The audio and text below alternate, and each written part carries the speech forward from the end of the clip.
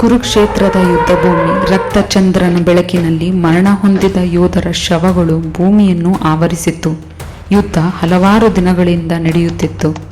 ರಾತ್ರಿ ಬಂದಾಗ ಪಾಂಡವರ ಸೇನೆ ತಮ್ಮ ಭಯಾನಕ ಶಸ್ತ್ರವನ್ನು ಬಿಡುಗಡೆ ಮಾಡಿದರು.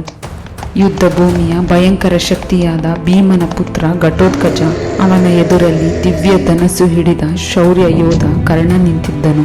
ಘಟೋತ್ಕಚನು ಭೂಮಿಯನ್ನು ಕಂಪಿಸುವಂತೆ ಗರ್ಜಿಸಿದನು. ಅವನು ಆಕಾಶಕ್ಕೆ ಹಾರಿ ತನ್ನ ರಾಕ್ಷಸ ಶಕ್ತಿಯೊಂದಿಗೆ ಅನೇಕ ಮಾಯ ಶಸ್ತ್ರಾಸ್ತ್ರಗಳನ್ನು ಬಿಡುಗಡೆ ಮಾಡಿದನು. ಕೌರವರ ಯೋಧರು ಭೀತಿಯಿಂದ ಓಡಲು ಆರಂಭಿಸಿದರು. ಭೂತ ಪ್ರೇತಗಳ ಭಾಸಮಾನ ರೂಪಗಳು, ಅಗ್ನಿ ಉಗುಳುವ ದೈತ್ಯಗಳು ಅವರನ್ನೇ ಬೆದರಿಸುತ್ತಿದ್ದವು.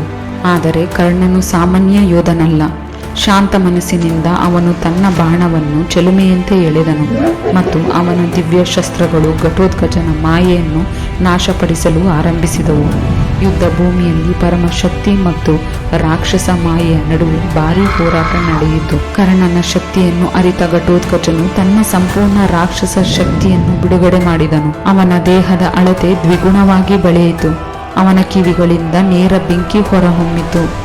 ಅವನ ಕರುಳಿನಂತೆ ಉರಿಯುವ ಕೂದಲು ಗಾಳಿಯಲ್ಲಿ ತೇಲಿತು. ಭೂಮಿ ಕಂಪಿಸಿತು.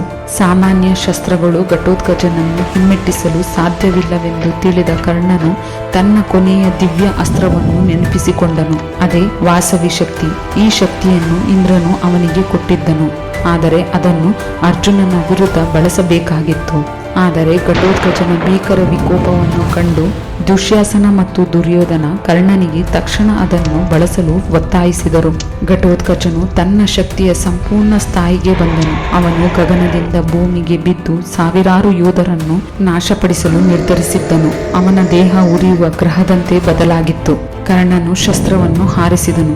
ಅದು ಸಿಡಿಲು ಬಾಣದಂತೆ ಶೀಘ್ರವಾಗಿ ಬಂದು ಘಟೋತ್ಕಚನ ಹೃದಯವನ್ನು ಭೇದಿಸಿತು. ಅವನು ತನ್ನ ಕೊನೆಯ ಗರ್ಜನೆಯನ್ನು ಮಾಡಿದನು ಮತ್ತು ಭಾರೀ ಸ್ಫೋಟದೊಂದಿಗೆ ಧರೆಗೆ ಉರುಳಿದನು.